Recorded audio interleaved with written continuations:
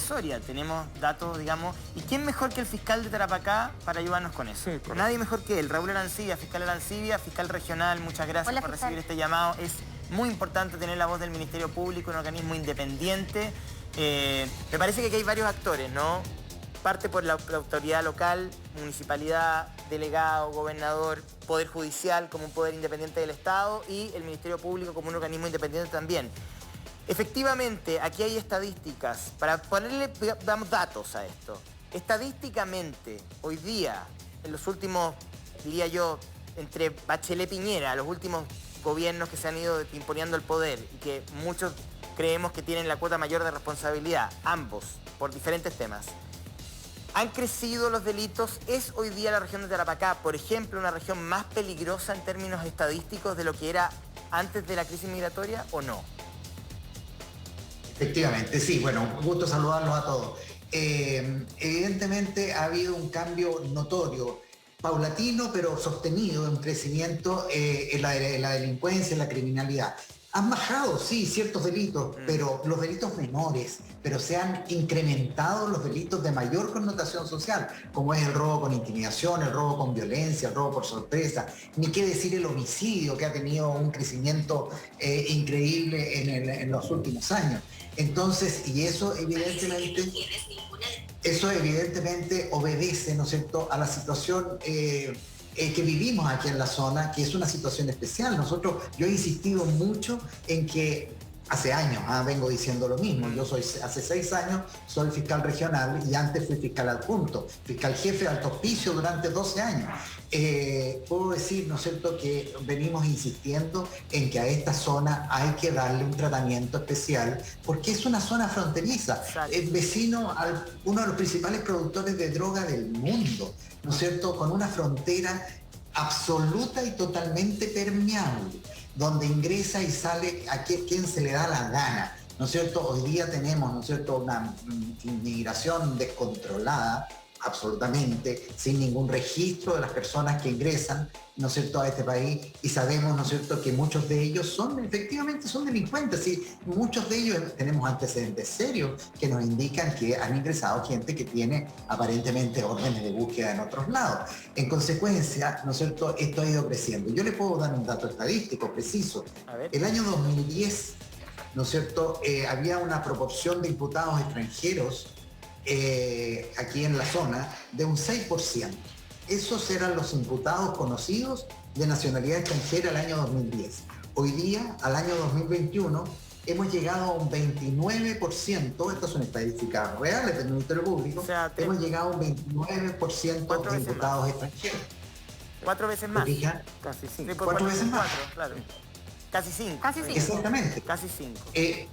Ahora, yo he sacado en este último tiempo, a raíz de ese tremendo hecho y desgraciado, ¿no es cierto?, hecho que culminó con la muerte de un ciudadano acá en Iquique, yo he salido en muchas ocasiones, se me ha entrevistado, y yo he insistido mucho en el delito de homicidio.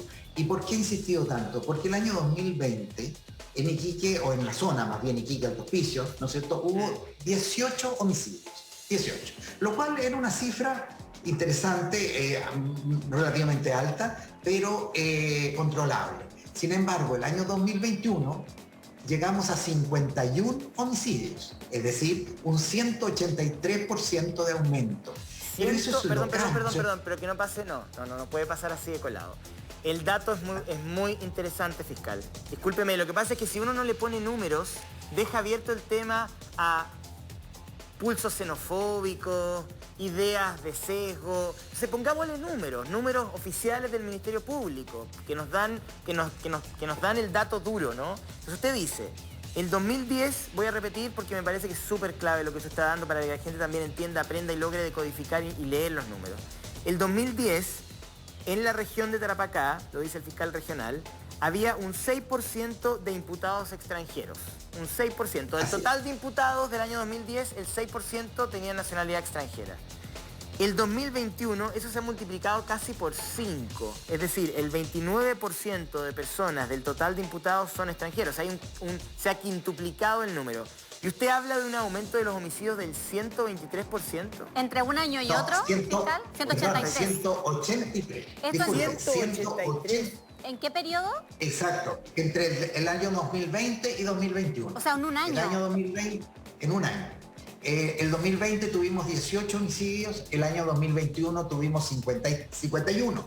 Y en lo que va del año 2022, en los primeros 10 días tuvimos 5.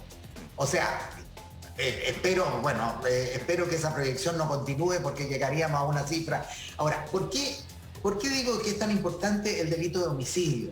Porque el homicidio, ¿no es cierto?, es una especie de consecuencia de lo que está ocurriendo, es decir, del aumento enorme de la cantidad de armas que hay entre la delincuencia, el surgimiento de bandas criminales, las disputas territoriales, ¿no es cierto?, los ajustes de cuenta, el sicariato, en fin, todo eso lleva a homicidios, en definitiva, todas estas disputas, porque no estamos hablando del homicidio, no sé, en la pelea de dos ebrios en un bar, ¿no es cierto?, que culmina en la muerte de una persona, que eso no tiene una trascendencia distinta más allá del hecho, ¿no es cierto?, pero no hay una motivación, no hay nada, es simplemente algo del momento. En cambio aquí estamos frente a homicidios planificados muchas veces. Yo me pregunto algo que yo creo que José y todo, Héctor, todos nos preguntamos: ¿cómo la fiscalía que usted dirige logra hacer la persecución? Porque la fiscalía es la que indaga los antecedentes para la persecución penal. ¿Cómo logran hacer la persecución penal cuando ha aumentado en 183%? Y me imagino que a usted en la fiscalía no le ha aumentado la dotación de fiscales en un 183%, ni de equipo en un 183%, claro. Hay una cosa como matemática. Bueno, mire, ahí usted ha tocado varias cosas que me gustaría explayar brevemente. En primer lugar, ¿no es cierto?, la dificultad para esclarecer estos homicidios es cada vez mayor. ¿Por qué? Porque la gente, los eventuales testigos e incluso víctimas, que no la víctima propiamente del homicidio, que no va a poder testimoniar, pero sí sus familiares, su entorno directo, muchas veces tiene mucho temor, ¿no es cierto?, de participar, de aclarar, de ayudar a aclarar. Ni qué decir los vecinos, ¿no es cierto?, o gente que no está... que tiene antecedentes pero que no los quiere decir. Eso nos dificulta. A eso súmele el hecho de que hay una cantidad inmensa de personas indocumentadas. Las personas detenidas el día de ayer, ¿no es cierto?, a raíz de esta agresión brutal a un carabinero, a los carabineros, son todos indocumentados, son todos ilegales, ¿me entiendes? La gente que fue detenida por el secuestro y ¿cómo se llama?, extorsión y homicidio de ese empresario, también era gente ilegal que ingresó, ¿no es cierto?, totalmente indocumentada. Pero en ese escenario fiscal, a ver, para que la gente entienda, porque uno asumiría, también por sentido común, que a veces es un sentido que se pierde en la construcción y en la dirección de políticas públicas, lamentablemente, que si yo voy a cualquier país, pongo cualquier país como un ejemplo, como un genérico, porque me parece que lo que estamos viendo no es normal y lo estamos normalizando y no puede ser. Si yo, extranjero, golpeo de esa manera a un carabinero, ¿para qué decir si planifico el secuestro de un empresario? Si lo mato, además. O sea, uno asumiría que esa persona en menos de un minuto debería estar de vuelta en su país, o sea, fuera del territorio nacional. Es todo el sentido, digamos, popular, común, lógico de las cosas. Entonces, ¿qué dificultades hay? Ok, hay una dificultad de filtro al ingreso, pero además hay una dificultad de lograr expulsar a aquellas personas que han cometido delitos, y delitos graves. No estamos hablando de una persona que se pasó un discopare, digamos. O sea, entonces, para que la gente entienda de la forma más didáctica por qué nos entrampamos en ese estadio también. Bueno, ahí hay temas, digamos, política, administrativa también y legal, ¿no es cierto?, porque sabemos que hoy día hay una nueva ley de inmigración que ya no constituye un delito la inmigración ilegal, ¿no es cierto?, ahí estamos viendo las imágenes cómo cruzan la frontera, sino que hoy día, mire, si lo que nosotros reclamamos, en primer lugar, como ciudadano, como fiscalía, y yo creo que cualquier persona con sentido común, es el hecho, ¿no es cierto?, de que no sepamos quién es la persona que va caminando por la calle, en el sentido de que eso es algo inconcebible. Yo todavía no logro entender por qué no se tomaron medidas. Todos los días ingresan 500, 300 personas, ¿no es cierto?, donde nadie sabe quiénes son. Nadie, entonces usted no sabe, José Antonio, lo que es caminar en Iquique, ¿no es cierto?, donde hay grupos de gente en las esquinas, en los semáforos, pero usted no sabe quién es esta persona, no sabe, es gente que no tiene, a ver, ¿Por qué nos hace tan peligrosos? Y perdóneme que lo diga de esta manera, pero uno se asusta como ciudadano caminando por la calle. Porque hay gente que como que lo ha perdido todo, que no tiene nada, les das lo mismo, no tiene ningún respeto. Vimos lo que ocurrió con Carabineros. Entonces es algo complejo, muy complejo. Hay que estar acá para entender. Aquí la gente ya, uno ve, estamos en pleno verano, la playa Cabancha, ¿no es cierto? La gente ya no anda paseando tranquilamente, porque todo esto está lleno de gente que está ahí, que a uno lo hostigan, le preguntan, le piden, ¿no es cierto? No, es difícil, de verdad es difícil. Y si usted ve una agresión ayer, a plena luz del día, como la de Carabineros, entonces la gente común y corriente dice, chuta, ¿qué me puede esperar a mí? Digamos, si son capaces de actuar así con un carabinero, ¿qué me queda para mí? ¿Qué queda para mí? Una mamá caminando con un niño, una familia caminando juntos, o sea, ¿qué posibilidad tiene en el fondo de actuar ahora, o de defensa si a Carabineros le pasó eso? Efectivamente, entonces hemos perdido, yo creo que en este país deben haber en este momento, no sé, 20.000 personas que no sabemos quiénes son, o quizás más, ¿cierto? Entonces, si uno aquí, las oportunidades, si bien es cierto, la frontera es vulnerable y es permeable, es una extensa zona, ¿no es cierto?, donde pueden pasar, pero todo es como un embudo, todos se dirigen hacia el mismo lugar. ¿No es cierto? O sea, perfectamente se podría haber puesto un puesto para ir registrando a personas. Usted ha hecho una denuncia respecto de qué habría detrás de parte de esta inmigración ilegal, irregular, oscura. No estamos hablando de la inmigración. La inmigración es un derecho que uno podría, digamos, levantar como un derecho que tiene una persona de moverse de un lugar a otro, pero ese derecho se ejerce dentro de un esquema legal. No es un derecho que uno puede pasar a llevar la legislación de otro país o la convivencia de una nación. Miren lo que estamos viendo a esta hora.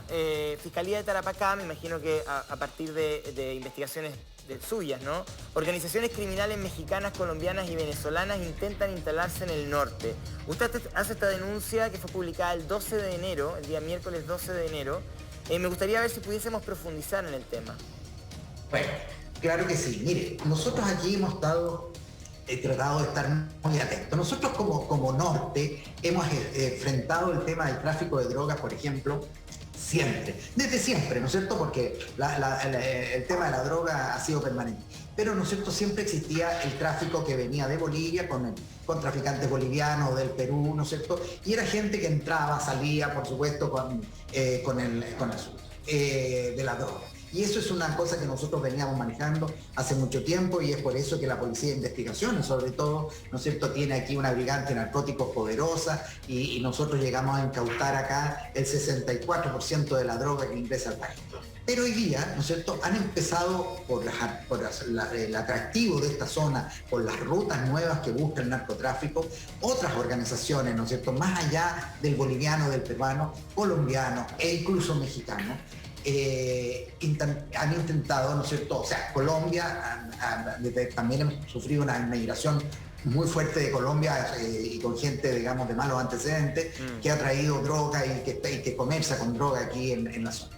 Pero ahora también hemos tenido el caso de mexicanos que, si bien, ¿no es cierto?, hemos logrado afortunadamente tomar conocimiento, gracias a la inteligencia policial, ¿no es cierto?, tomar conocimiento previo de que esta gente venía, pudimos actuar con todas las herramientas que nos confiere la ley y con éxito. Nosotros tenemos 2 casos donde traficantes mexicanos intentaron instalarse aquí. Uno de ellos están condenados, ¿no es cierto?, ya condenados, que intentaron instalarse aquí con una producción en gran escala de marihuana indoor, aquí en Alto Hospicio, y otros traficantes mexicanos también, aparentemente de una organización muy poderosa, una pregunta.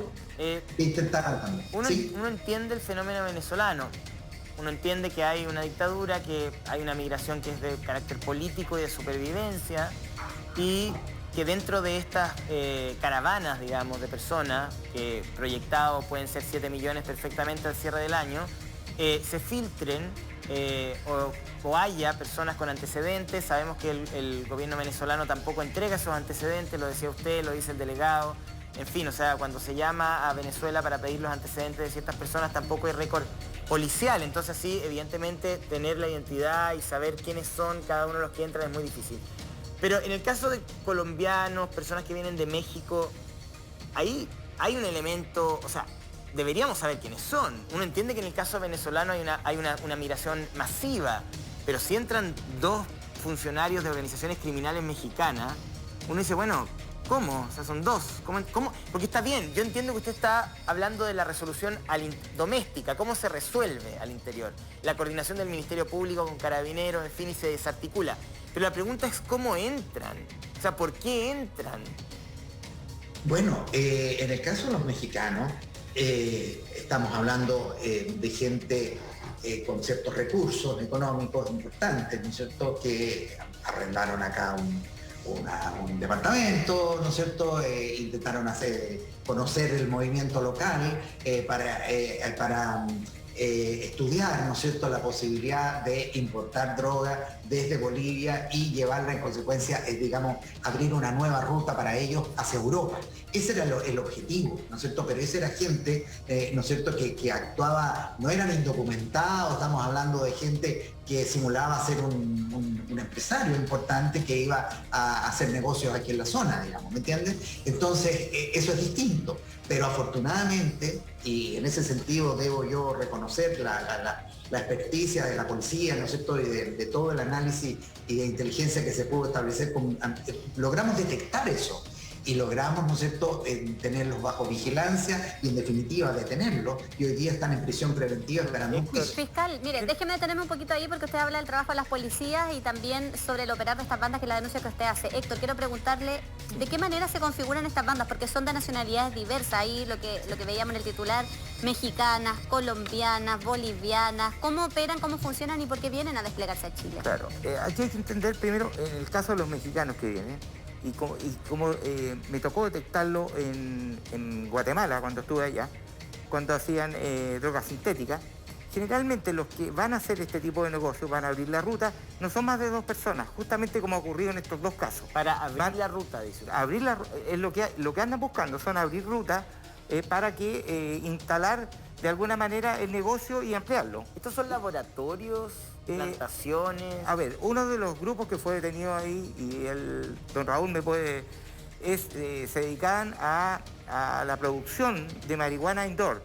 Entonces tenían montado dentro de ciertos lugares todo un aparataje técnico para la producción. Perdón, para imaginarlo, ¿es como un invernadero? Exactamente, pero con luces, donde está todo estudiado, graduado para que tenga un crecimiento. Entonces, las personas que vienen, efectivamente, generalmente son 2. Vienen 2, pero uno, digamos, el brazo operativo, el que trae la plata, y ellos, ¿qué es lo que empiezan a ver? Un estudio del territorio, cómo afianzarse, algunas vienen incluso con recomendaciones, no olvidemos... Usan documentación falsa, porque uno asumiría que alguien que trabaja en un cartel mexicano llega al aeropuerto, y me imagino que habrá, o sea, que la justicia mexicana algo habrá hecho, usan pasaportes falsos. Es que entendamos que no todas las personas que vienen son narcotraficantes conocidos, o sea, digamos... no son de la primera línea, probablemente. Exactamente. Y como vuelvo a insistir, ellos, ¿qué es lo que hacen? Son personas, como muy bien las describe el fiscal, son personas bien vestidas, que tienen dinero. Hay poder adquisitivo ahí. Exacto. Obtenido de la droga igual, ¿no? ¿Ah? Obtenido de la droga. Por supuesto. No olvidemos que el Señor de los Cielos, cuando intentó establecerse en Chile, él venía incluso con cartas dirigidas a empresarios bancarios, cuando él quería instalarse con su familia acá. Entonces eso es histórico. Ahora, aquí hay que entender que hay muchas otras organizaciones criminales, no solamente las mexicanas, que están constantemente buscando nuevas rutas, nuevas formas de llevar, por ejemplo, armas. Como también ustedes ahí en Tarapacá han detectado con aduanas la internación de armas, una cuestión que antes no se veía, armas desarmadas, metralletas. Yo creo que usted podría ampliar la información respecto a ese delito que es muy importante que está ocurriendo en Chile. No, que me imagino que es un delito que acompaña y viste también el narcotráfico. No hay manera de... No hay manera de lograr control territorial sin el poder de las armas. El fiscal Arancibia. Bueno, efectivamente, nosotros tenemos aquí una enorme proliferación de armas en manos de delincuentes. Por una parte, ¿no es cierto? Y son armas en general que no tienen registro en Chile, es decir, porque en Santiago muchas de las armas incautadas, ¿no es cierto?, son armas que fueron adquiridas alguna vez en una almería, se las robaron a un particular que la tenía en su casa, etcétera, etcétera, pero son armas registradas de algún modo. En cambio, las armas, la mayoría de las armas que incautamos acá son armas que no tienen registro, es decir, han ingresado de contrabando, en primer lugar. Segundo lugar, hemos detectado en 2 oportunidades ya, a través del puerto, gracias al trabajo, digamos, del Servicio Nacional de Aduana, cargamentos de armas de guerra. Estamos hablando de fusiles, especialmente AR-15, los últimos que se encontraron, y venían, ¿no es cierto?, desarmados y dentro de la carrocería de vehículos, ¿no es cierto?, que venían destinados a la zona franca. Nosotros no sabemos con certeza el destino final de esas armas, pero estábamos hablando parecido a las armas que está mostrando ahí esa gente en el video. Nosotros estamos hablando de metralletas de última generación, nuevas, provenientes de Estados Unidos, ¿no es cierto?, y que venían con destino a la zona franca de Iquique. Podemos presumir que algunas de ellas iban a los países vecinos, ¿no es cierto?, o bien al mercado nacional, o para llevarlas al sur de Chile, qué sé yo, no lo sabemos con Entiendo, exactitud, fiscal, es muy difícil. entiendo. Bueno, el gobierno esta mañana ha abierto un proceso de expulsión para estos 4 venezolanos que están implicados en la agresión de Iquique. Me imagino que es un proceso donde ha colaborado Ejecutivo y Poder Judicial. Vamos a estar con el vocero de gobierno para que piense quizás alguna duda o inquietud que podamos transmitirle al vocero del Olio que se va a hacer cargo de una situación que, como decíamos, ¿no?, y lo decía el propio alcalde de Iquique, Mauricio Soria, es un tema de seguridad nacional. ¿Cómo no? Estamos hablando de no 2, 3, 4 personas, 500 o más personas que entran todos los días y que no tenemos, las autoridades, al menos en el país, no tienen antecedentes respecto de quiénes son. Eso es un peligro aquí y en cualquier parte del mundo. Vamos a un corte y ya estamos de vuelta.